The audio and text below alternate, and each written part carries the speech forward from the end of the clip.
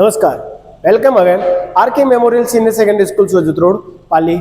आपका पुनः हार्दिक अभिनंदन स्वागत करता है। प्रिय विद्यार्थियों, अगले अपने इस संस्कृत की नेक्स्ट ग्रामर की कड़ी में अपन चल रहे हैं अवयव की तरफ। जैसे कि सामान्य परिचय के रूप में हम स्टार्ट कर रहे हैं सारे टॉपिक, तो अवयव भी यहाँ पर हम सामान्य परिचय के रूप में लेंगे। अवयव वे शब्द जिनका कोई भी लिंग, विभक्ति और वचनों में कोई प्रकार का परिवर्तन नहीं होते।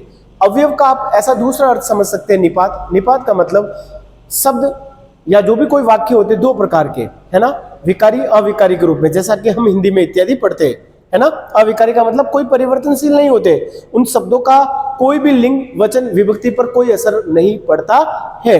तो हम स्टार्ट कर रहे हैं पुनः, वापिस आप ध्यान रखिए अवयव टॉपिक। नेक्स्ट स्लाइड की तरफ बढ़ते हैं अपन। अवयव की परिभाषा दे रखी है, संस्कृत में दे रखी है, साथ में उसका अर्थार्थ के रूप में हिंदी भी लिखा हुआ है।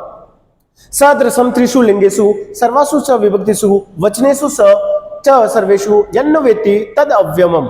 ये कह रहा है अर्थात जिनका तीनों लिंगों में, सभी वचनों में और सभी विभक्तियों में कोई प्रकार का परिवर्तन नहीं होता है, ठीक है, उसको हम अव्यय कहते हैं। सामान्य अर्थ के रूप में यहां पर जो संस्कृत की डेफिनेशन के रूप में लिखा हुआ है, तो आप इसको देख सकते हैं। सदृशम वे शब्दांश जो यहाँ त्रिलिंगेषु सभी विभक्तियों में और सर्वेषु वचनेषु, ठीक है, जिनमें कोई प्रकार का परिवर्तन नहीं होता है, ठीक है।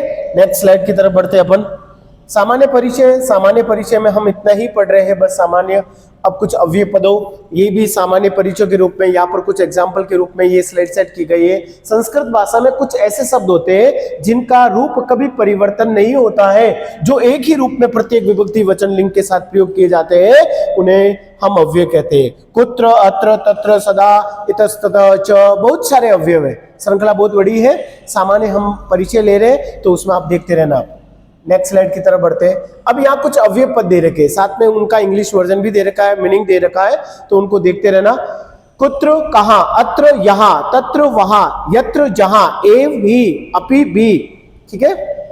यदा जब, तदा तब, कदा कब, अद नीचे, ऊपरी ऊपर, बही बाहर, ये शब्द आपको वाक्यों में मिलते, जिनका ये विशेष अर्थ निकलते, ठीक है।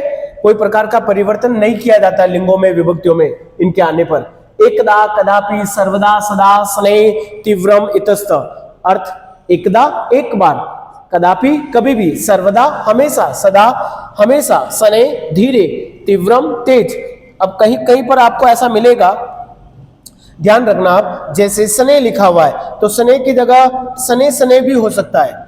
यहाँ ये शनैः लिखा है ना, शनैः शनैः, इसका मतलब धीरे धीरे, दो बार इसका प्रयोग किया जा रहा है, ठीक है।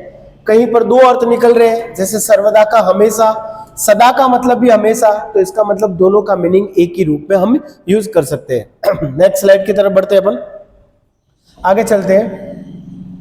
अद, अद यानी आज। है का मतलब कल।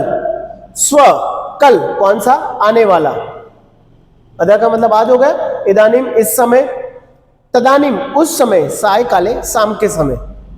नेक्स्ट स्लाइड की तरफ बढ़ते हैं अपन। अधुना, अब। यत, की, कथम, कैसे। अत्रेव, यहां ही, यहीं पर।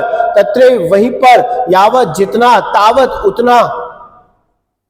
एकत्र, एक जगह। सर्वत्र, सभी जगह। अन्यत्र, अन्यत्र, दूसरी जगह। इत, यहां से। कुत, कहां से।